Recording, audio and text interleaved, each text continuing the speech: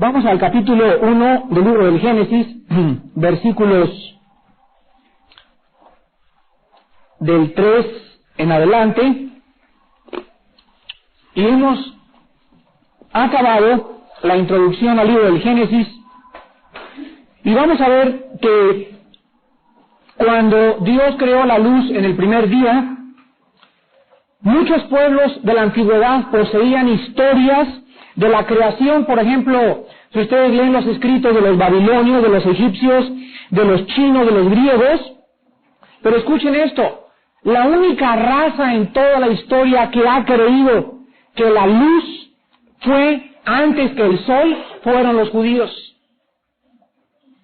Todos los pueblos, repito, en la antigüedad han tenido historias de la creación, y la única raza que ha creído que la luz fue antes que el sol han sido los judíos, simplemente porque nosotros sabemos que la luz es energía, y antes de que Moisés descubriera la astronomía y la ciencia, la Biblia registra con una credibilidad científica asombrosa que antes de que las grandes lumbreras fueron creadas, la luz, o sea, la energía, los átomos, el espectro electromagnético fue puesto en movimiento para que pudiera la Tierra ser colocada en su orden adecuado.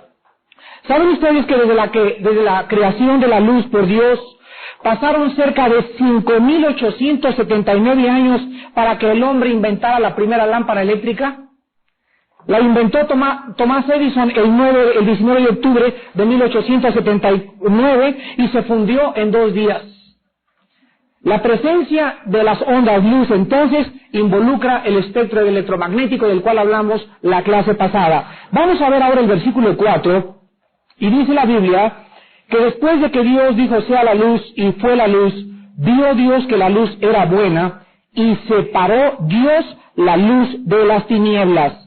Aquí vemos que la palabra buena en el hebreo es la palabra tov, T-O-V de burro, tov. Y la palabra separó es la palabra badai, que significa separar entre 2 partes.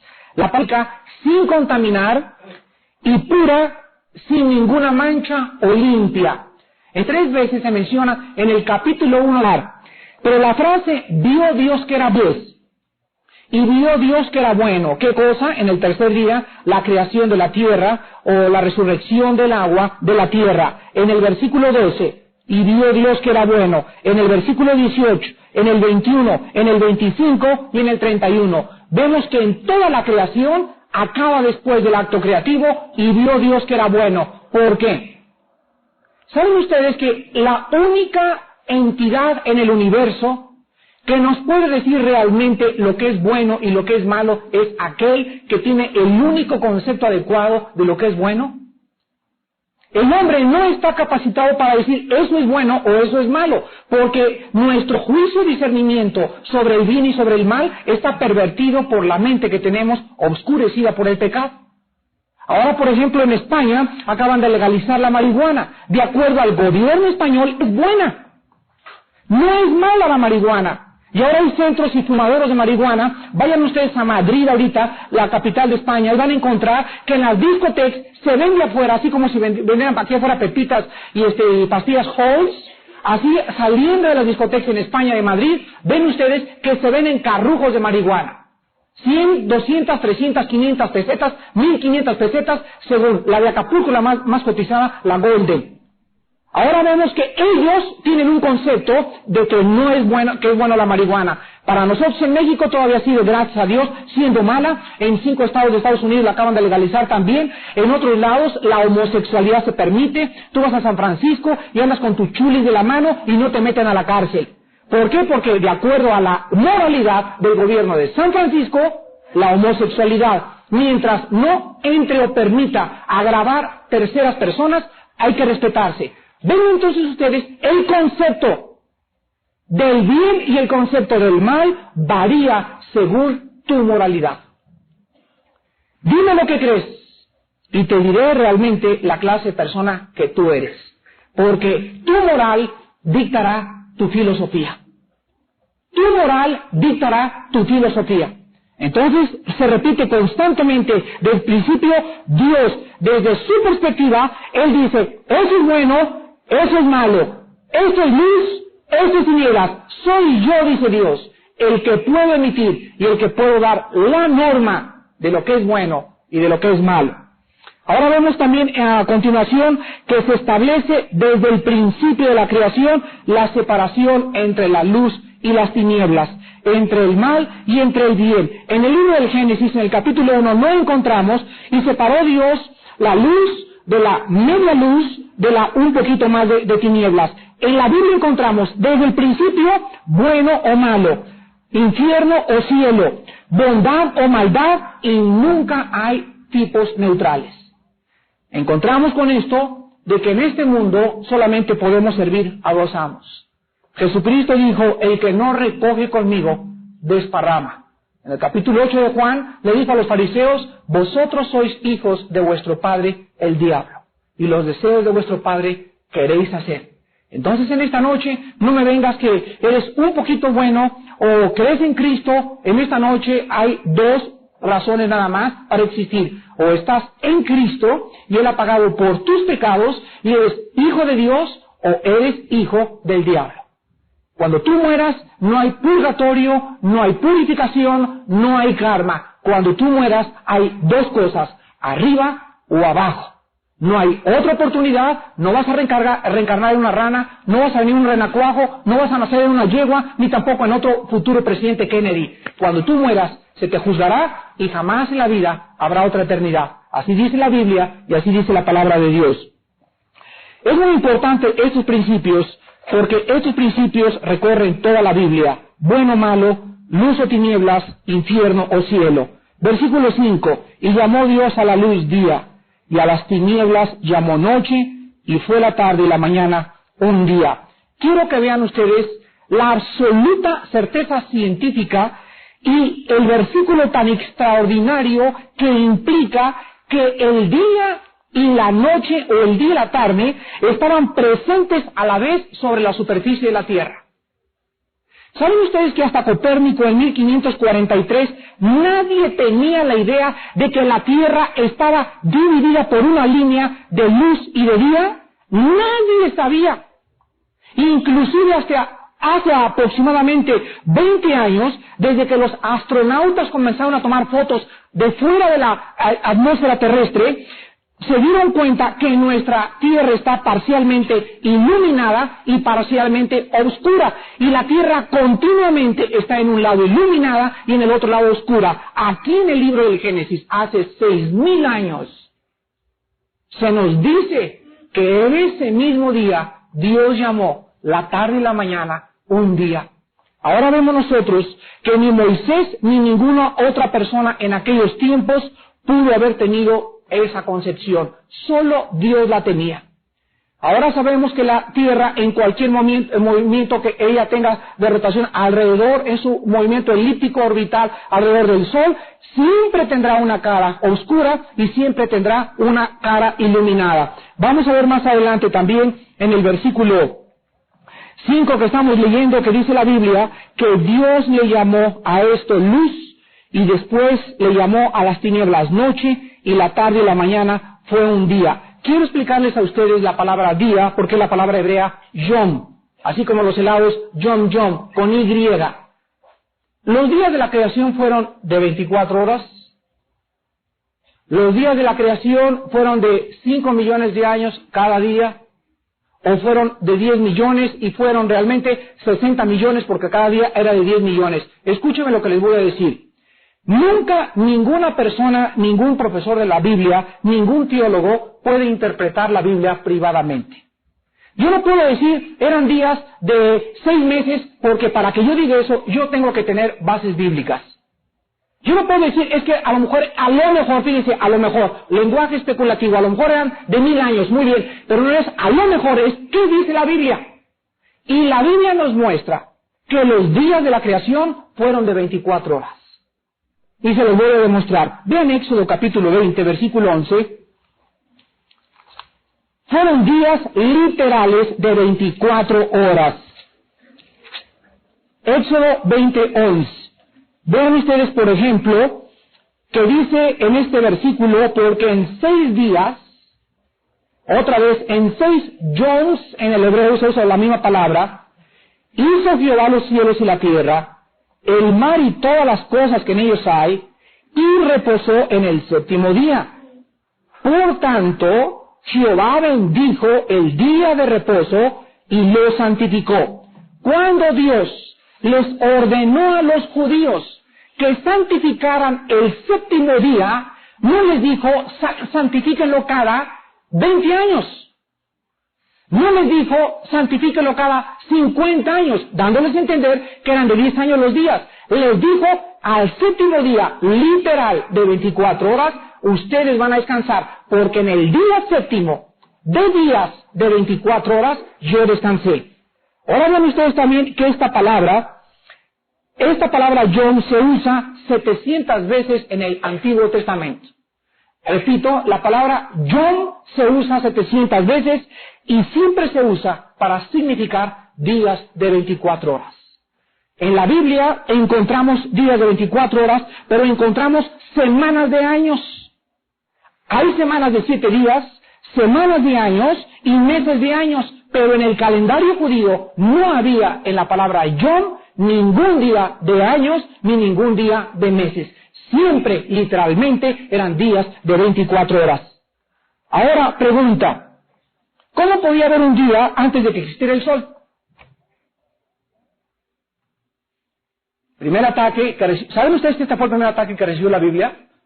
Hace 2 siglos, o aproximadamente como 300 años, en el siglo XVII, a finales del siglo XVI, se levantaron algunos agnósticos en Europa y atacaron el Génesis diciendo que era imposible que Dios llamara día a algo cuando no existiera el sol. Pero ¿saben ustedes cuál es la respuesta? La respuesta es muy fácil. Y por fin los teólogos dijeron, y la Biblia tenía la razón. ¿Saben ustedes por qué se le llama día aun cuando no hubiera sol? Simplemente porque la longitud de un día no depende del sol, sino de la rotación de la Tierra. Se los voy a explicar. ¿Cómo anhelo mi pizarrón? Ay, usted me prometió mi pizarrón. A veces, hermano, que me prometió mi pizarrón no me lo ha traído. Necesito un pizarrón. Miren ustedes, hermanos. La Tierra, en primer lugar, dice la Biblia, se creó la energía alrededor, el espectro electromagnético, la energía que comenzó a poner en un orden coherente y a tener cohesión los átomos y las moléculas en el espacio. Entonces Dios hizo que apareciera la Tierra estaba desordenada, en ese momento la Tierra no tenía más que la luz del espectro electromagnético, no había sol, pero la Tierra, cuando Dios dice que fue un día, la Tierra en ese momento estaba estática y aquí la Tierra comienza a girar sobre su eje. Y si la Tierra gira sobre su eje en 24 horas, que es el tiempo que transcurre la Tierra en dar una vuelta entera sobre su eje, y no hay sol, de todas maneras, si se fuera el sol, nosotros estamos pasando un día en el planeta Tierra. Otra vez, la Biblia era científicamente correcta, y ello 3000 años antes de Copérnico. Versículo del 6 al 8, segundo día. Todos los días, de veras, hermanos, con todo mi corazón se los digo, estoy extasiado leyendo y estudiando el Génesis. Y anoche le decía a mi esposa, tengo ahorita 5 libros de astronomía, así que me compré, y dije, tengo que estudiar astronomía para poder enseñar el Génesis. Y por primera vez estoy metiéndome en el espacio y los astros y cuánta atmósfera tiene este planeta y de qué está compuesta esto y la distancia del Sol a la Tierra y la distancia, etcétera, etcétera. Y me fascino y me maravillo y le digo, Dios, cuán innumerables son tus obras, qué maravilloso eres y qué exactitud tan absolutamente científica, repito, comprobada ahorita por hechos. De lo que está escrito aquí en un libro que tiene 6000 años de antigüedad. En el versículo del 6 al 8 hay otra maravillosa revelación científica. Luego dijo Dios, hay expansión en medio de las aguas. Y separa las aguas de las aguas, e hizo Dios la expansión y separó las aguas que estaban debajo de la expansión, de las aguas que estaban sobre la expansión, y fue así. Y llamó Dios a la expansión cielos, y fue la tarde y la mañana el día segundo. El primer día de la tierra, quiero que recuerden todos ustedes, que la tierra estaba llena de agua. Toda la tierra estaba totalmente cubierta de agua pero en el espacio no había nada, o sea, la Tierra no tenía atmósfera, ni había tampoco ninguna capa de ozono. Vean ustedes científicamente cómo primero el espectro electromagnético, después la Tierra, el agua que cubre la Tierra, y después Dios hace que se levante un invernadero alrededor de la Tierra, porque Dios, antes de que creara el Sol, tenía que existir la capa de ozono. No creó primero Dios el Sol sin la capa de la atmósfera, porque sin la capa de la atmósfera nos hubiéramos quemado. Adán y Eva se hubieran achicharrado. El orden es perfecto. ¡Perfecto! ¿Cómo sabía Moisés que ahorita el ozono está permitiendo la infiltración de los rayos ultravioleta a la Tierra, que nos están quemando y produciendo cáncer a todos los que se van a Tequesquitengo y a Acapulco a quemarse? Cáncer de la piel. ¿Cómo sabía Moisés eso? Pues por revelación divina. Pero la Biblia nos muestra aquí en el segundo día que Dios entonces crea la expansión, y es la palabra que significa atmósfera o el aire. Es la palabra hebrea raquia. Expansión es la palabra griega con R, raquia y con Q, raquia, así como suena. Y es el espacio o la atmósfera.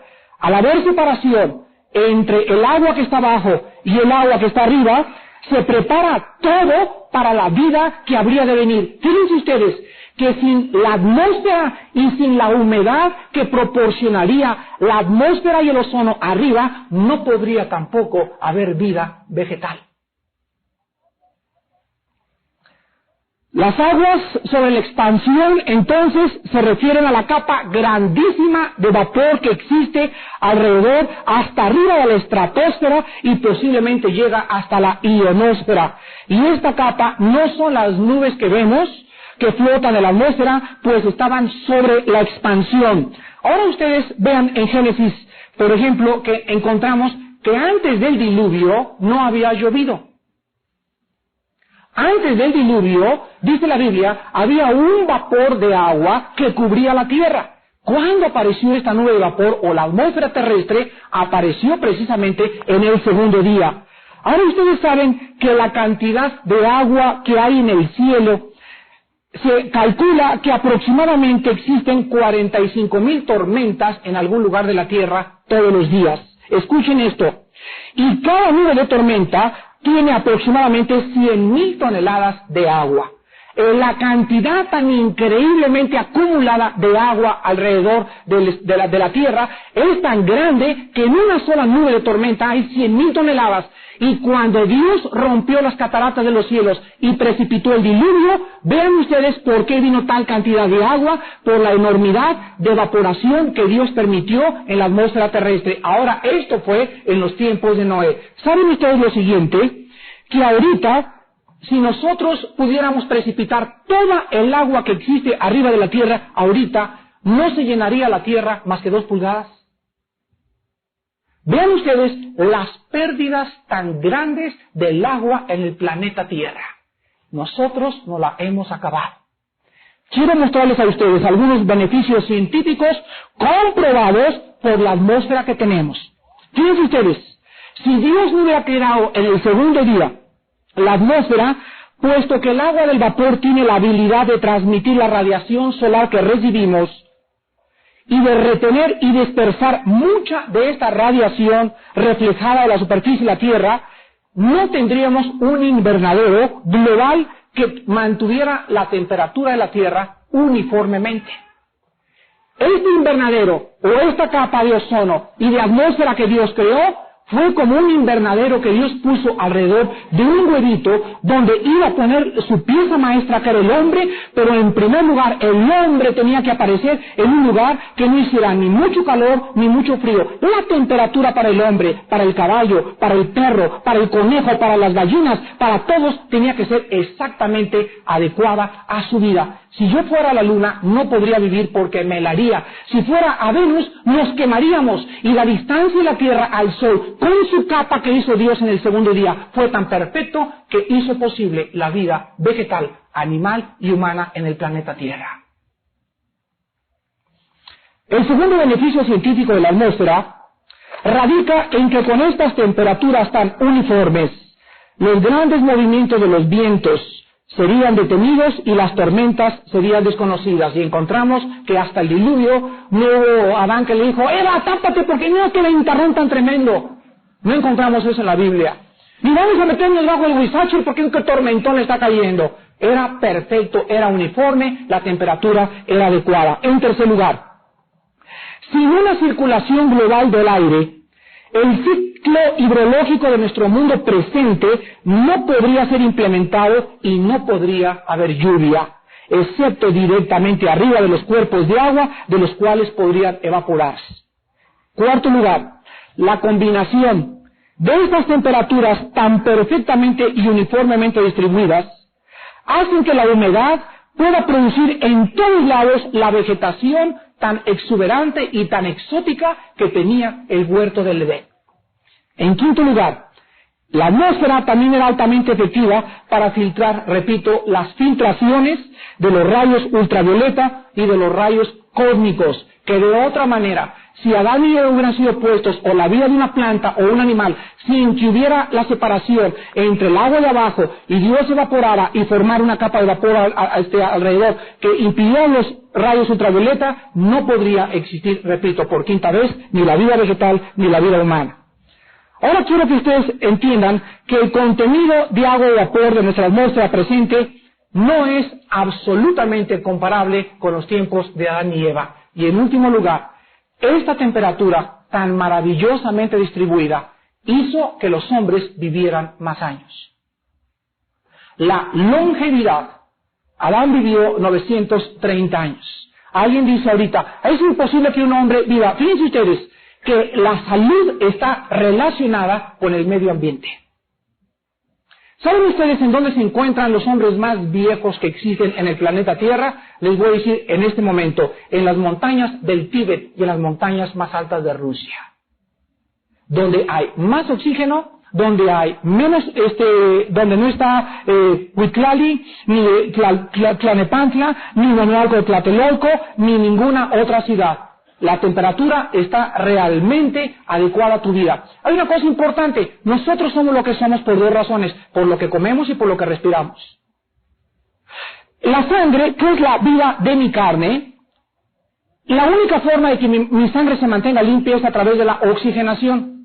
Si tú vives aquí en el Distrito Federal y estás respirando el 80% del día, bueno, estoy muy bajito, ¿verdad? El 90% del día, las mezclas de los hidrocarburos y de los gases contaminantes de México, estás reduciendo tu vida un 50%, de acuerdo a la Secretaría del Ambiente pronunciada por el locutor Guillermo Ochoa, el 50%.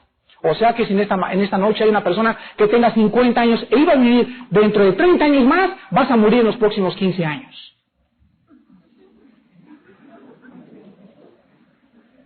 Lo único que les digo es, sálganse de la Ciudad de México los que puedan, sálvese el que pueda.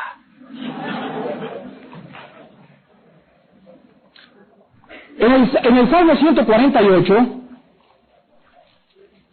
ahora imagínense los que fuman. Y es increíble, ¿verdad? En el Salmo 148, versículos del 4 al 6, encontramos que esta condensación de nubes y de agua, tan miles de toneladas que Dios hizo alrededor del planeta Tierra, antes de que apareciera la vegetación, y se está desapareciendo, quiero que pongan atención ahorita en lo que les digo, Dios forma las miles de toneladas de agua alrededor de la Tierra, en la atmósfera, y después esa cantidad de agua tan tremenda comienza a disminuir, ahorita cae un chaparrón, ya no cae agua, ya casi el agua que se evapora, pues vemos que el agua cae cuando se condensa y vuelve otra vez a repetirse el mismo fenómeno meteorológico, pero quiero que sepan ustedes que la Biblia nos muestra que la misma cantidad de agua que existía antes del diluvio arriba de la tierra va a volver a existir en el milenio. Las condiciones atmosféricas e hidrológicas del milenio, cuando Dios ponga al hombre a disfrutar esta tierra como Adán y Eva, van a volver a repetirse. Vean lo que dice el Salmo 148, versículos del 4 al 6. Fíjense lo que dice. Alábenle cielos de los cielos y las aguas que están sobre los cielos. Alaben el nombre de Jehová porque Él mandó y fueron creados. Los hizo ser eternamente y para siempre. Les puso ley que no será quebrantada. El agua que está arriba de los cielos será eterna. Eterna. Y aún en la nueva tierra que Dios va a crear otra vez, seguirá existiendo las mismas condiciones y las mismas condiciones atmosféricas y hidrológicas para la habitación del ser humano en este mundo. Ahora vemos el tercer día en el versículo del 9 al 10. Regresamos a Génesis 1. Es maravilloso este orden. Dijo también Dios: júntense las aguas que están debajo de los cielos en un lugar y descúbrase lo seco. Y fue así. Y llamó Dios a lo seco tierra, y a la reunión de las aguas llamó mares. Y vio Dios que era bueno. Después dijo Dios: produzca la tierra hierba verde. Fíjense, después de todo lo que necesitaba la hierba para crecer. Moisés era experto en astronomía y en ginecología y en todo. Hierba que dé semilla, árbol de fruto que dé fruto según su género. Que su semilla esté en él, sobre la tierra, y fue así. Produjo pues la tierra hierba verde y hierba que da semilla según su naturaleza, y árbol que da fruto, cuya semilla esté en él según su género, y vio Dios que era bueno. Y fue la tarde y la mañana el día tercero. En este tercer día de creación se hace otra tercera división. Vean que son puras divisiones. En el primer día Dios divide la luz de las tinieblas. En el segundo día se dividen las aguas de abajo con las de arriba. Se evaporan y existe una división que es una expansión. Entre arriba y abajo hay un espacio. Aquí está la atmósfera, aquí está el mar y en medio hay espacio. Y ahora en el tercer día se divide la tierra seca de las aguas que lo van a cubrir. ¿Saben ustedes que es probable que las montañas que fueron llenadas en el tiempo del diluvio, por ejemplo, dice la Biblia que del diluvio la montaña más alta que ahorita se conoce como el monte Ararat y el Everest, que está en la India, fueron sepultadas? Encontramos nosotros en las montañas más altas, actualmente de acuerdo a la geología, yacimientos coralíferos. Y la única explicación para que las montañas más altas han encontrado corales en el pico de Orizaba, en el Iztaccíhuatl, en el Popocatépetl, en el monte Yatar de Japón, en el Everest, en todos lados. Y la única explicación para eso, ¿verdad?, es de que el mundo estuvo sepultado bajo el agua algún día, en alguna época, hasta la montaña más alta. La Biblia nos muestra, en el capítulo 11 y en adelante de la Biblia, el diluvio universal. Pues aquí encontramos también que Dios le llama a lo seco tierra y a la reunión de las aguas les llama mares. Y quiero hacerles una pregunta y quiero que mediten en lo que les voy a preguntar. ¿Por qué Dios nombró estas 5 cosas? Vean que es Dios el que le pone nombre a 5 cosas, no el hombre. Dios le pone nombre al día. Él es el que le llamó día. Dios le pone nombre a la noche. Él dijo, y llamó a las tinieblas noche. Él, no nosotros. Es Dios el que le pone el nombre a la atmósfera. Él le llamó atmósfera, expansión, raca, la cosa que existiría entre arriba y entre abajo. Y Dios llama en quinto lugar y le pone nombre también a los mares, al mar y a la tierra. ¿Saben ustedes por qué Dios le pone nombre a estas cosas? Simple y sencillamente, para que nosotros sepamos que Él es el único que tiene control sobre todos los fenómenos meteorológicos, sobre los vientos, sobre los terremotos, sobre las tempestades, sobre la lluvia, sobre el granizo, sobre el día y sobre la noche, no nosotros. Vean Isaías, capítulo 40. Él es el Dios de la lluvia, Él es el Dios de los terremotos, Él es el Dios del granizo, Él es el Dios de los vientos, Él es soberano en aquellas cosas que el hombre nunca ha podido ni podrá controlar jamás. Con toda nuestra tecnología y con todas las computadoras que tengamos, nunca el hombre controlará las lluvias. Podrá hacer llover con las lluvias artificiales, Pero jamás el hombre podrá controlar ni los vientos, ni los terremotos, ni los sismólogos que están estudiando estas cosas, porque son cosas que están fuera del alcance del hombre. Y por eso dice en Apocalipsis que cuando venga Cristo y comienza a temblar la tierra, la gente dirá, peñas caigan sobre nosotros, porque verán los fenómenos que no pueden controlar, van a pedir morir y no van a poder. Cuando el hombre comienza a ver que la tierra tiembla, el hombre se arrodilla. Ojalá que hubieran estado ustedes en Guatemala. Íbamos 2 meses antes de que temblara en Guatemala, mi esposo y yo íbamos a ir al seminario centroamericano porque tembló, no fuimos, pero me contaban los hermanos después de que fui a predicar una cruzada a Guatemala, que el 90% de la gente en Guatemala estaba de rodillas pidiéndole perdón a Dios después del temblor. Cuando el hombre se enfrenta a lo sobrenatural y viene un maremoto en Japón y viene el agua y viene la lluvia y se nos viene el monte Chichimeca y el Popocatépetl comienza a inundar Cuautla y todo, ahí te vas a acordar que hay un Cristo. Y ahí tú que te decías, no es cierto, yo soy gurú, pues pídele a la Jibaba del Maharaji que te salve de la lava en ese momento. Dice en Isaías capítulo 40, versículos 12. Isaías 40, 12, dice la Biblia, ¿quién midió las aguas con el hueco de su mano? Fíjense ustedes, hay 3 partes más aproximadamente de agua en la tierra que de tierra seca. O sea, 3 partes de la tierra son aproximadamente de agua. Escuchen esto, dice aquí Isaías que todo el mar, así, todo el mar cabía solamente, ¿saben lo que es el hueco de la mano? Es esto. Esto es mi hueco de la mano. Dice la Biblia que todo el mar de la tierra cabe en el hueco de la mano de Dios. Ahora fíjense lo que dice. Y los cielos con su palmo, los cielos son millones de millones de millones de millones de millones de galaxias. Y solamente la pura palma de la mano, no dice las manos, dice una mano de Dios, es suficiente para que haga cuenta que el cielo está aquí, todas las galaxias las está viendo como si viera su mano.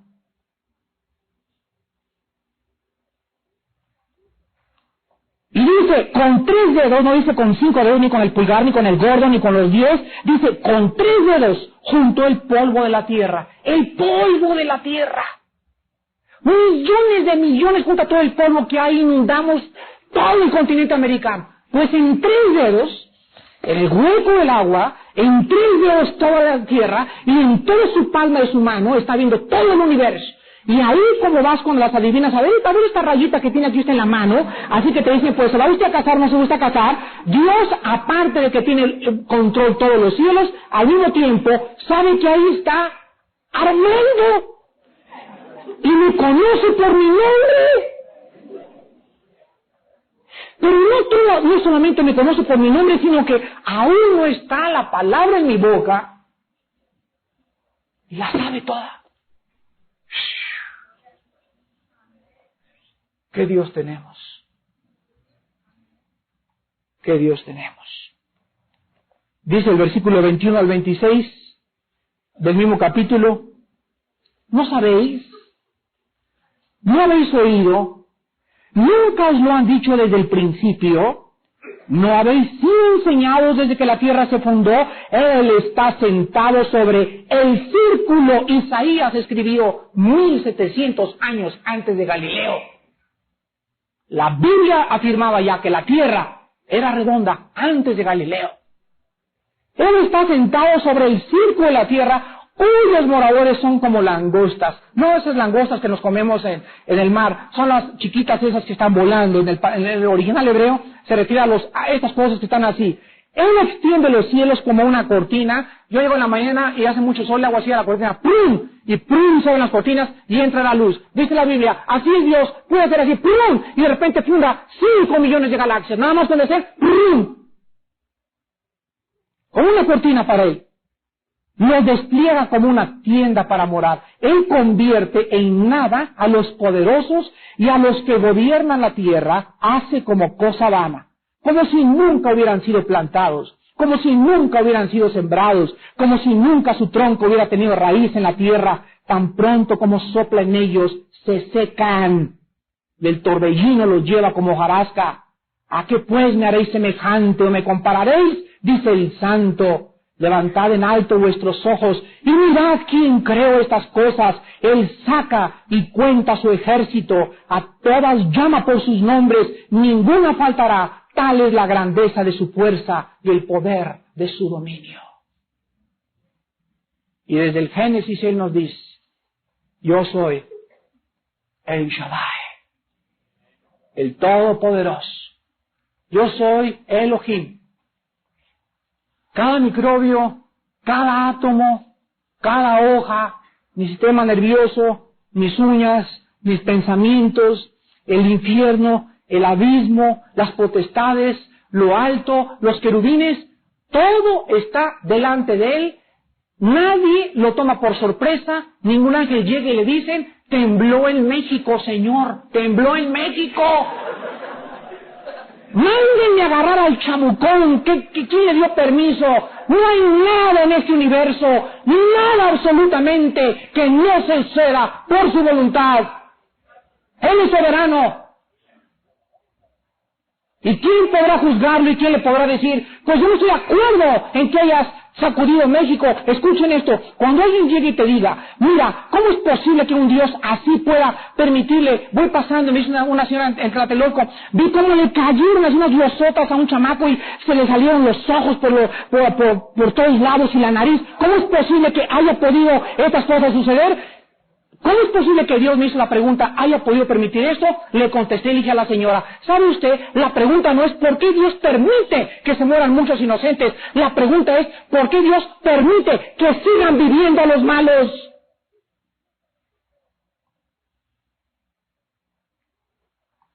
Es una bendición los que se van. ¿Por qué Dios permite? Es una pregunta teológica. ¿Por qué Dios permite que sigas viviendo tú? Cualquiera que se levante y ¿por qué Dios hace esto? Tú contéstale. Pues si no lo permitiera, tú serías el primero ahorita en acabar. ¿Y sabes por qué lo hace? Porque su misericordia es más grande que los cielos. Encontramos también nosotros que Dios no nombró los árboles. ¿Quién le puso nombre a los árboles? Nosotros. Las frutas, los peces, las aves, petirrojo, colibrí, chupamirto, etcétera, etcétera, el león, tigre, jirafa, este es hipopótamo, esto es todo.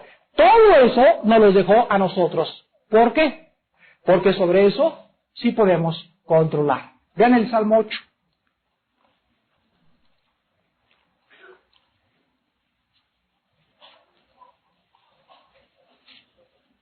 Oh Jehová, Señor nuestro, cuán glorioso es tu nombre en toda la tierra. Has puesto tu gloria sobre los cielos. De la boca de los niños y de los que maman fundaste la fortaleza a causa de tus enemigos, para hacer callar al enemigo y al vengativo.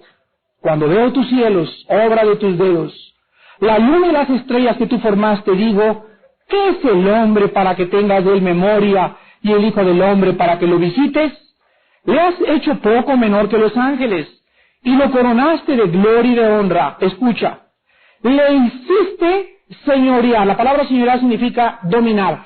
Le hiciste dominar o le pusiste como gobernador sobre las obras de tus manos. Todo lo pusiste bajo de tus pies. ¿Qué costaban nuestros pies? Ovejas, bueyes y todo ello. Y asimismo las bestias del campo, las aves de los cielos y los peces del mar. Todo cuando pasa por los senderos del mar. Dios nos muestra desde el principio, escuchen esto, esto es mi dominio y yo lo voy a controlar y yo los coloco a ustedes en un mundo donde ustedes van a gobernar y no va a haber ningún animal que no les tenga temor. Cuando yo voy a los circos y veo en los circos que un hombre se mete en una jaula y que con un chicote el tigre sabe que ese es un ser humano y que se echa para atrás y que nada más que bajas el chicotito te me voy encima, veo realmente y compruebo Génesis capítulo 1 que todos los animales están bajo nuestro temor y es increíble cómo los animales le tienen más miedo al hombre que a otro de su propia especie. Ahora nosotros encontramos también que el hombre no tiene poder para cambiar ni la secuencia del día y de la noche. Ojalá tuviera algún hombre que dijera la verdad, pues ahorita vamos a cambiar la noche. ¿Qué hombre tiene control sobre el movimiento de rotación de la Tierra? ¿Quién? Pregunta a tu gurú a ver si él lo puede hacer. Ven en Lucas capítulo 8.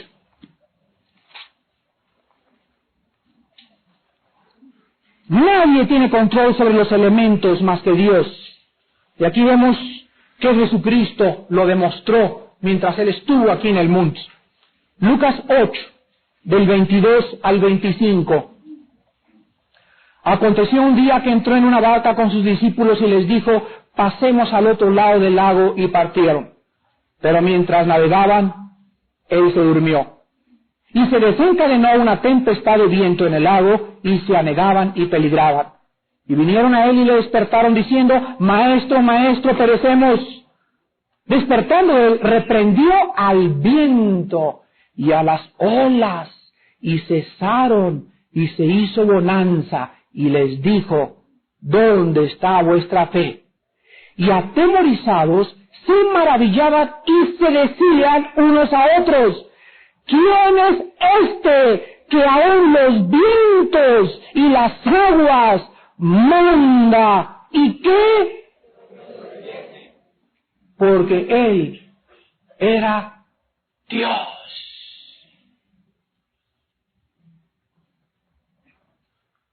En Isaías capítulo 24 encontramos también cómo el poder de Dios, repito, es igual que Cristo cuando vino al mundo sobre todos los fenómenos. Fíjense ustedes, antes de leer Isaías 24, lo siguiente. Yo soy Pedro y me escoge Cristo. Sí, Señor, la fuerza magnética irresistible del Señor, lo comienzo a seguir. Y durante 3 años veo que ese Señor levanta a alguien de los muertos. Al viento le dice, párate. Y al viento detiene en el mar y controla.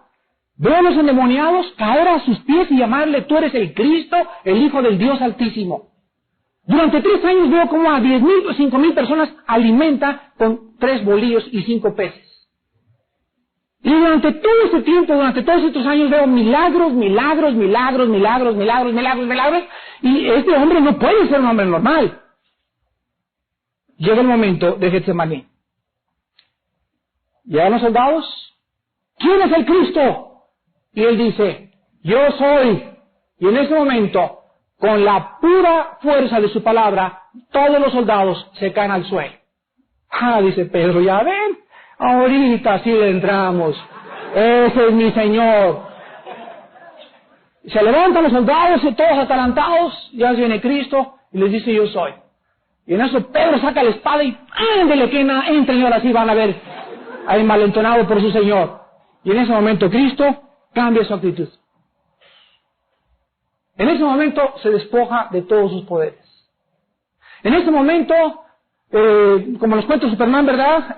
Como si alguien trajera la kriptonita, que habilita a Superman y no puede usar los poderes. En ese momento, una fuerza externa hace que Cristo no ejerza sus poderes. Y dice, yo soy, y pone las manos así y lo amarran. Cuando Cristo podría hacer así, o nada más hacer así, romper las cuerdas, o algunos todos y se los lleva volando a todos. Él podría hacer cualquier cosa de esas. Y en ese momento, dice, pero no entiendo, ¿cómo es posible? Y en eso lo llevan, y que el Señor, entonces, ¿qué pasa? Y lo comienza a seguir de lejos, porque Pedro está asustado, porque no se está defendiendo. Y en la mente de todos los discípulos comienza a pasar el mismo pensamiento, ¿por qué no se defiende?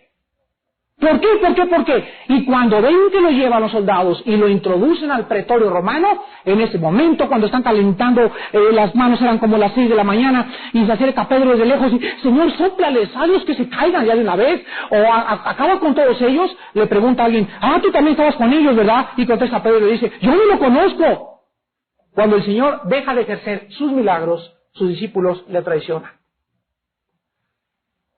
Llega el momento que cuelga la cruz del Calvario y es el acabose. No es posible. Si él podría hacer esto, ¡pum! Clavitos y ¡pum! Y a mí nadie me toca. Las flechas le podrían rebotar así al Señor Jesucristo. Pero Jesucristo no hace nada porque estaba escrito, a mí nadie me quita la vida. Yo la pongo por mí mismo porque, fíjense, tengo el poder para ponerla y tengo el poder para tomarla. En este momento de crisis quiero que ustedes confíen en mí. En este momento de crisis quiero que sepan que estas cosas van a contribuir para vuestro bien, y cuando me vean crucificado van a ser testigos de que me salió sangre, había espinas en mi cabeza, sufrí, pero cuando yo resucite a los 3 días se van a dar cuenta que realmente yo tengo poder sobre la vida y sobre la muerte.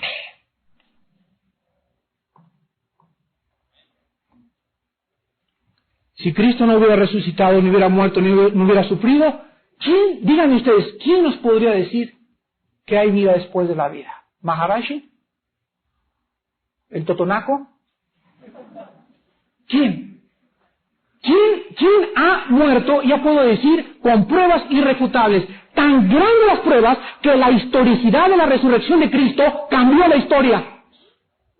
Pero el único hecho de que Él haya vuelto a vivir es donde se basa nuestra fe, porque si Cristo no hubiera resucitado, vana sería nuestra fe. El cristiano no tiene su fe basada en dogmas, ni en doctrina, ni mandamientos de hombre. El cristiano tiene basada su fe en un hecho histórico, en algo real. No es cuento de Blancanieves. Él volvió a vivir y cambió el mundo, y 350 años los romanos se alarmaron de que esos hombres cobardes se convirtieron en valientes porque habían visto vivo a su Señor. En Isaías 24 encontramos del 19 al 20 que la Biblia dice: será quebrantada del todo la tierra, enteramente desmenuzada será la tierra, en gran manera será la tierra conmovida, temblará la tierra como un ebrio, será removida como una choza, y se agravará sobre ella su pecado, y caerá, y nunca más se levantará. Apocalipsis 16. De acuerdo a la Biblia, ¿quién hace que haya terremotos?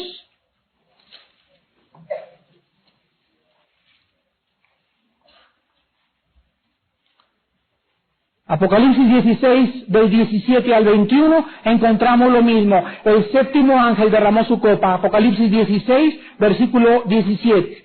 El 7º ángel derramó su copa por el aire, y salió una gran voz del templo del cielo del trono, diciendo: hecho está. Hubo entonces relámpagos, voces y truenos, y un gran temblor de tierra. Un terremoto tan grande cual no lo hubo jamás desde que los hombres han estado sobre la tierra, y las islas sobre los montes y sobre el granizo. Él es el Dios de la Biblia. Ahora es interesante notar lo siguiente. En ninguna parte de la galaxia, que nosotros vivimos en la Vía Láctea, existen estas 5 cosas. Puros accidentes. Nada más aquí en la Tierra. En la Luna, por ejemplo, ni en ninguna parte existe, ninguna planeta tiene atmósfera como la que tiene la Tierra. Ni el mar, ni la Tierra, ni las cosas que tiene. Por ejemplo, la Luna tiene luz solar durante 14 días al mes y 14 días de oscuridad. Así es el transcurso del tiempo en la Luna. Las temperaturas en la Luna varían de 130 grados centígrados hasta menos 175 grados centígrados.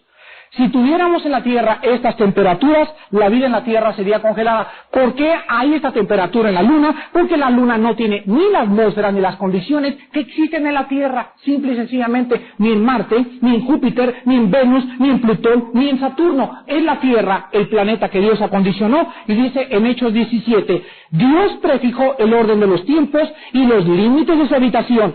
Y después de que Dios nos da paisajes chinos, y ríos de Toluca, y Tequesquitengo, y Acapulco, y el Valle de Bravo, y las montañas suizas, y todo, el hombre no está contento y se quiere ir a la Luna. ¿Saben ustedes que hay 75,000 americanos que ya compraron boleto para ir a Marte? ¡De luna de miel!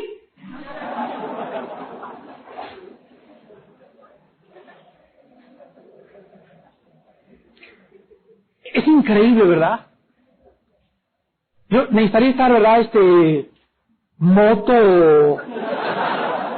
o borracho, un cruzadón de aquellos, ¿verdad? Con todo para escoger Tequesquitengo a Cancún. Digo, Marte a Cancún. Imagínense nada más. El hombre, dice la Biblia en Isaías también, por su condición no puede apreciar la creación de Dios. Pero cuando el cristiano se convierte, Cuando el cristiano recibe la vida de Dios a través del Espíritu y es partícipe de la naturaleza divina, el cristiano despierta la realidad y ahora el cristiano sale y ve el sol y la luna y las estrellas y comienza por primera vez a admirar con el Espíritu la creación de aquel que le creó a él. Yo me acuerdo cuando antes de ser cristiano íbamos a Acapulco. Vamos a Acapulco a disfrutar y los 3 días en Acapulco creo que estuve tan borracho que no me acuerdo ni siquiera dónde dormí. ¿Ustedes le llaman eso disfrutar la vida? Vamos a la discoteca y se ponen y ponen por ahí pericazo y mota y de todo y amanece en la noche y otra vez y la cosa es subir, escapando la realidad y pasan los 3 o 4 días y te viene la depresión y todo acaba otra vez y una crudeza moral y despiertas a la realidad y gritas y lloras. Porque solo Cristo puede llenar tu corazón y solo Cristo puede darte propósito y solo Él puede hacerte vivir una vida con abundancia y una vida con significado. Por eso tú le necesitas en esta noche. Y encontramos nosotros en una exactitud maravillosa también que la rotación de la Tierra es así, pero al mismo tiempo la rotación de la Tierra es así. Se traslada alrededor del Sol en 365 días, que no son 365 días, son los segundos y horas de menos. Y quiero decir lo siguiente, aquí está el Sol. A ver si la semana que entra me trae mi pizarrón, por favor, el hermano ese. La Tierra va así, fíjense ustedes, esto es increíble, yo le decía a mi esposa anoche, fíjense, escuchen lo que les voy a preguntar. ¿Sabían ustedes que el día que está la Tierra más cerca del Sol es en enero? Voy a repetir, ¿sabían ustedes que el tiempo en que la Tierra está más cerca del Sol es en enero y el tiempo en que está más lejos es en julio? ¿No parece contradictorio? Anoche descubrí esto en un libro de astronomía y le dije a mi esposa, ¿sabías esto? Me dice, no, ¿cómo es posible? Si es en enero cuando más... No, a mí explícamelo. Y le dije así, mira, este es el Sol y esta es la Tierra. Todo el mundo cree que la Tierra hace esto alrededor del Sol, pero sin embargo la Tierra, cuando se acerca al Sol, que es en enero, aumenta su velocidad. La velocidad de la Tierra no es uniforme. Mientras más cerca del Sol es más rápido porque evita ser jalada por el Sol. Entonces la Tierra, cuando se acerca al Sol, no se acerca así. La Tierra gira alrededor del Sol así. O sea, ustedes creen que le da la vuelta así, pero el movimiento es así. Por ejemplo, Plutón gira así. La onda elíptica de Plutón es así, la de la Tierra es así, otros son así, pero la perfección del movimiento y de la velocidad es tan perfecta que es precisamente cuando nosotros nos encontramos más cerca, cuando más frío hace, por las características de que está más lejos y en el otro lado no existe la misma temperatura. Y se lo voy a explicar en palabras científicas. Escuchen lo siguiente. Cuando Dios reguló la velocidad de la Tierra, Él sabía, fíjense ustedes, Él sabía el efecto que produciría la velocidad de la Tierra sobre las estaciones. Un estudio de nuestro calendario nos va a revelar el hecho de que existen en el año 179 días entre el paso del Sol a través del equinoccio de otoño. Los que no sepan la palabra equinoccio es el momento del año en que la luz o el día y la noche tienen la misma duración y tenemos 2 equinoccios en el año. El equinoccio de primavera, que es entre el 20 y el 21 de marzo en el norte, el hemisferio norte del planeta Tierra, y el equinoccio de otoño, que es entre el 22 o 23 de septiembre en el hemisferio norte. Consecuentemente, la gente que vive en el norte de la Tierra sur disfruta su verano cuando la Tierra está más cerca del Sol. Este verano del sur es 7 días más corto que el verano del norte. Ahora, la gente que vive en el sur de la Tierra tiene su invierno cuando la Tierra está más lejos del Sol y este invierno es 7 días más largo que el nuestro, por la velocidad de la rotación de la Tierra. Así pues encontramos que la principal razón por las cuales Dios creó el Sol y la Luna, lo voy a ver en la otra clase, es más que cualquier otra cosa para que nosotros midiéramos el tiempo. Dios quería que fuéramos cronólogos, que aprendiéramos a saber que mañana tengo 24 horas. Oh Dios, y es tu tiempo que tú me has dado. Dice en Efesios, aprovechen bien el tiempo porque los días son malos. Y yo no tengo el derecho de levantarme como un holgazán a las 9 de la mañana y no trabajar y no tener tiempo para Dios, ni tampoco tengo el derecho de invertir de cada día 24 horas, 18 para trabajar como un burro y vivir como un negro. Dios me ha dado el día para su gloria. Dios me ha dado el día para que lo disfrute y me levante en la mañana y sepa que, oh Dios, este es el día, como dicen los salmos, este es el día que tú hiciste. Y todos los días hasta que tú vengas, tengo que darte gracias porque el tiempo que existe, medido por mi reloj, ahorita son las 8:57, cada minuto nunca lo vuelvo a recuperar. Cada minuto, cada cigarro que me fume, cada copa que me tome, cada robo que yo haga, todo tendrá consecuencias en la eternidad. Por eso vivamos a la luz de la eternidad, porque el tiempo jamás volverá a acabarse para nosotros.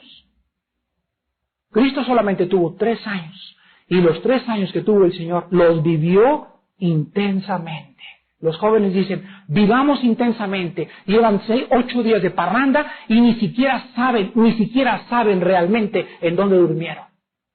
¿Cómo es posible que nosotros, al ver tantas maravillas, estaciones, primavera, otoño, invierno, por la velocidad de la Tierra, alrededor del Sol, el día, todo lo que pasa, las temperaturas que Dios giró, las temperaturas que Dios diseñó, toda esta creación que jamás hemos apreciado, podamos nosotros decir, no hay Dios? Hermanos, la creación y los cielos cuentan la gloria de Dios, el firmamento, la obra de sus manos. Dios nos ha dejado estampado en la luna, en el sol, en las estaciones, en el día, en la noche, en la rotación, en la traslación, en la temperatura, en todo nos ha dejado el testimonio, que dice Romanos, porque habiendo conocido a Dios, habiendo visto que no puede ser obra de un accidente, es demasiado perfecto todo, no le glorificaron como a Dios ni le dieron gracias, sino que se envanecieron en sus razonamientos. Su corazón fue entenebrecido y profesando ser sabios, yo sé realmente que yo soy el gurú. Dios está muerto, dijo Nietzsche. Y esto no sirve, esto es la evolución. Venimos del chango, queridos discípulos. Se envanecieron y cuando hablaban, ranas y sapos les saltaban de la boca y se convirtieron en necios. Y por esta razón, Dios los empuja y los entrega a una vida de desesperación. Y por eso encontramos a los filósofos del siglo XX con el nombre, los profetas de la desesperación. Jean-Paul Sartre muere escribiendo su libro La náusea, diciendo, la vida es una náusea y la vida en esta noche, yo estoy de acuerdo, es una náusea para ti sin Jesucristo en tu corazón. Cuando Cristo viene, tu vida comienza a cobrar propósito y significado. Vive para Cristo, hermano, mientras Él viene. Despidámonos en oración. Señor, te damos gracias por el planeta Tierra. Qué maravilloso es. Cuando admiramos la vegetación tan exuberante, los miles y miles de flores, la lenteja del agua, que es la flor más pequeña, la flor más grande de Indonesia, el agua tan transparente, tus nubes, las puestas del sol, el aire, todas aquellas cosas que tú quieres que disfrutemos nosotros. Te damos gracias, Padre, porque, como Pablo le escribía a su discípulo Timoteo, todo lo que Dios creó es para que el hombre lo disfrute. Pero el pecado, Señor, no nos permitía antes disfrutar de esto. Vivíamos encerrados en nuestras vidas. Íbamos por la carretera Cuernavaca y ni siquiera podíamos disfrutar los paisajes tan hermosísimos que hay en esa carretera. Porque el pecado no nos deja ver más allá de nuestras narices. Vivíamos para hacer dinero y teníamos el dinero y no podíamos ni siquiera disfrutar el dinero.